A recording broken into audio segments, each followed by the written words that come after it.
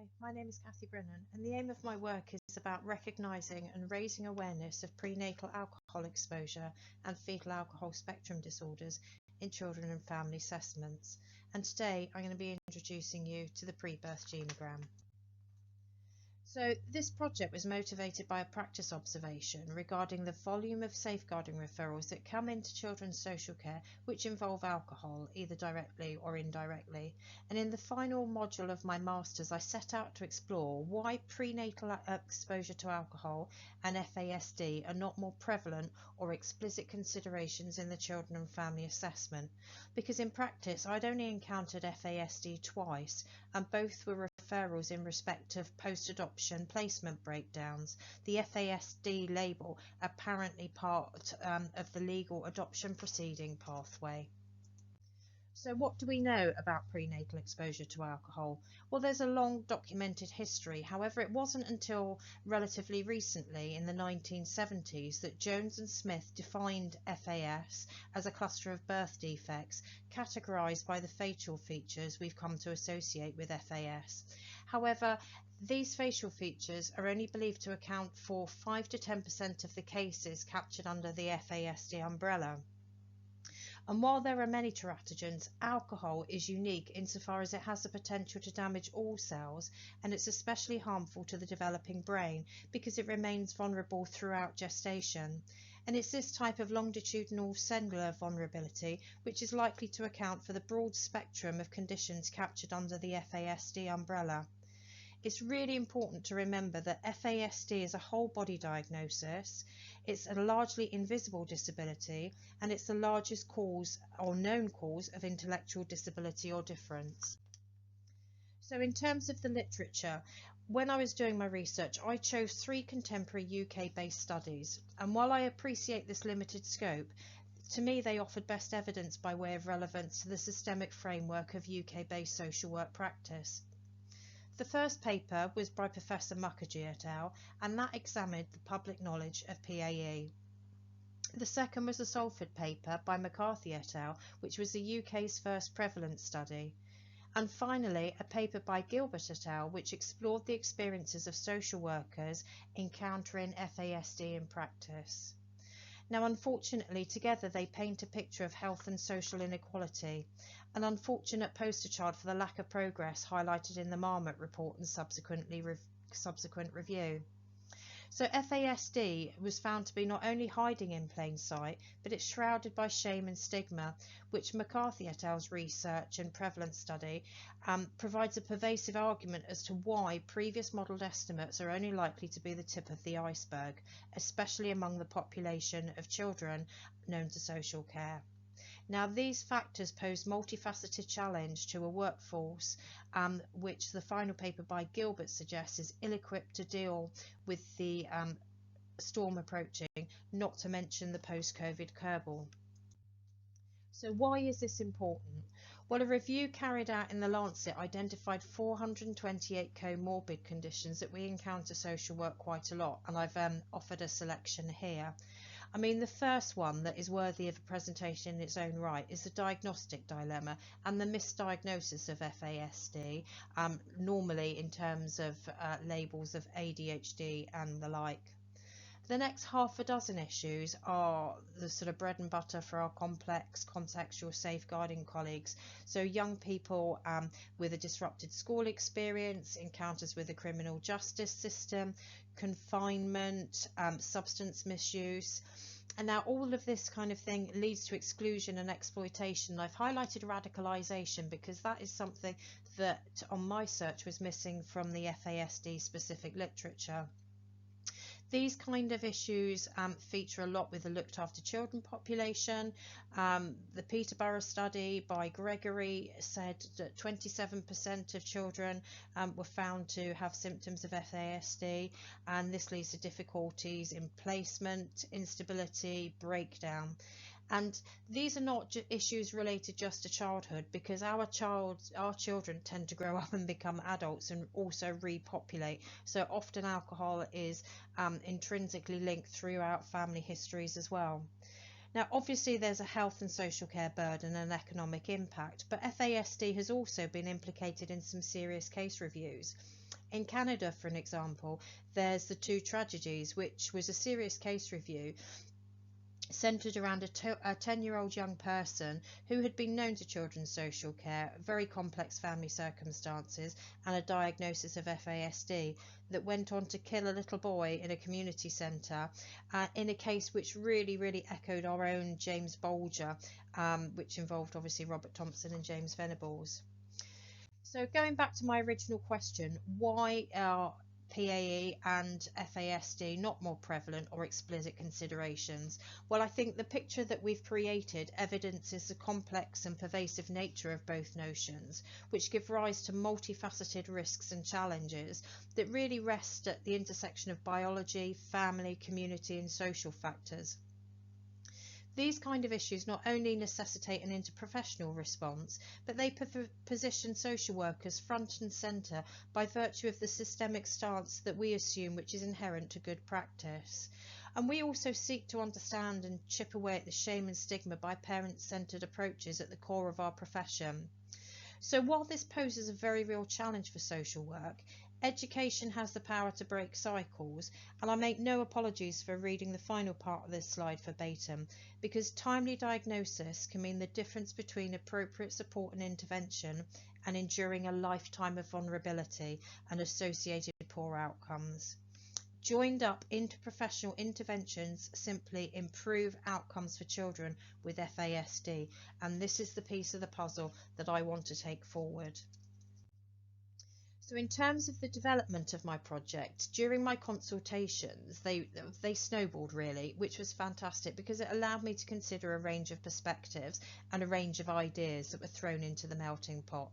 And these included academic sources, voluntary sector, local authority and expert health opinion, because I'm passionate that we need to change the lens of how alcohol is viewed and considered as a risk factor in children and families assessments.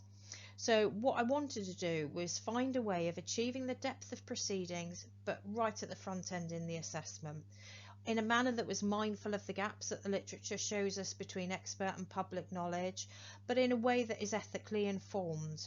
We also need to start challenging some of the stigma and shame, and remember that what gets measured gets done. While I appreciate there are shortfalls in the pathways available to us in terms of onward referral for FASD, last year a nice quality standard and pathway was introduced, which is FASD specific.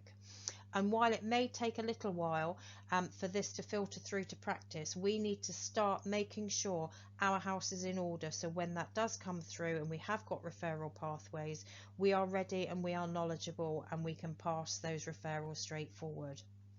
However, with the profession as it is, with the implications financially and a system that is pushed to the limits, whatever I do, it has to be simple, something familiar, a tweak and not a change, something with minimum cost and maximum reward, however something that highlights the importance of FAS and in itself, in the discussion, intrinsically upskills a workforce. Whatever I produce has to educate, be informed and informs. So in addition to developing my own project, there were spin-off initiatives created out of this process as well. And one relationship was between my local authority and AECC Chiropractic University College. And that was taking some of the FAS information and simulation dolls into our Care Levers Hub to really start embedding this in the lives of our young people. So one of the things that gets measured and gets done in assessments are the genograms. Now, genograms are an intrinsic assessment tool to map family systems which are already embedded in good practice. And while they can accommodate the depth of inquiry, they do need to become FAS informed, but in a productive way to avoid attributing shame, blame and fatalism. So what we do currently can be broad, but it does tend to lack depth. So, you know, we all know in practice we start at the bottom of a blank sheet of paper and make a sketch. So in this very simple example, we can see little Billy here, and because we've got consent, we've spoken to the professionals working with little Billy, and we can see he's the eldest of 3 children. He's attending preschool regularly. He's always well presented. Professionals don't have any concerns. They say he can struggle to share, and Mum described plugs in with a bit of a live wire at home, but really superficially in this context there's nothing to see here. However, what I realised we needed to do was to take a step back and use our professional curiosity to build a picture of the risks and the strengths and any signs of PAE and FASD, because if nothing else, families, many of them that we interact with, are still growing, so education has to be a real intrinsic element too. And there's a number of ways that we can do that are exampled here, and a number of additional resources that we can use. So for an example, rather than starting with the birth of Billy, we can talk about what was going on for you before you had Billy. Was your pregnancy planned? When did you find out you were pregnant? How much did he weigh? Tell me about Billy's early milestones, and really start teasing out those details and indicators. So what I'm actually asking practitioners to do is as simple as, rather than starting at the bottom of the page, start in the middle. And this will allow you, once you developed your genogram, to put a mirror image underneath. And this is the discussion which is around the pre-birth.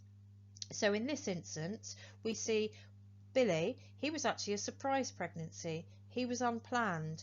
The couple found out at 20 weeks, and Billy was born at 32 + 1. He spent his first 7 weeks in neonatal intensive care. Mum and Dad separated briefly at the time because Mum continued to partying. She admitted that she stopped taking drugs but did still go out and drink intermittently. So as you can see in this very simple example, this starts to tease out the detail and gives us the depth that we desperately need. So in terms of benefits, measurements and evaluation, well, they assume many forms from the macro to the micro, but I've tried to capture some of them here. I believe the pre-birth genogram will start to close the gap. It will educate, it will raise awareness, and it will make sure our house is in order when the health quality standard 204 comes into practice and we really start seeing these FASD specific pathways. Now, it's a small tweak, but however, it provides us the depth that we need in assessment. It's about working smarter, not working harder, but also improving practice. In my local authority, our sketches are scanned and recorded onto the system, so we're not doing anything differently other than putting a different level of detail. So I believe this starts to shift from a deficit to a learning from the lived experience model, where we can identify referrals and opportunities for interprofessional working. And in this instance, it might be as simple as a conversation with the health visitor. Were you aware that alcohol featured, for example? Now, obviously, there's an economic impact in terms of harm reduction, but also what I've done is kept it very, very similar to what we do at the moment. So in my local authority, we use Mosaic. So with a small tweak, it could become Mosaic compatible, as in the case with other local authorities. And referring back to my diagram from earlier, I believe the pre-birth genogram ticks all the boxes that were raised during my consultations. So I believe that this project evidences all the PCF domains, but it can help close the gap and evidence the application of ethics and values as a practitioner, and demonstrates, despite complex tensions, how education can be simply incorporated into practice using existing tools at a time when service provision is reaching unprecedented struggles. Obviously, we have our statutory responsibility, and we need to balance the prohibition of discrimination while providing access to advice. But I believe by recognising and respecting the dignity and worth of those that we support, social workers are ideally positioned to start to chip away at the threads of shame and stigma which we've seen can marginalise, and evidence why we need to find a way for every assessment we undertake to be PAE and FASD informed.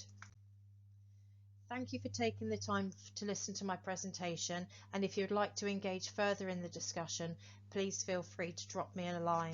My email address is at the bottom of the screen. Thank you.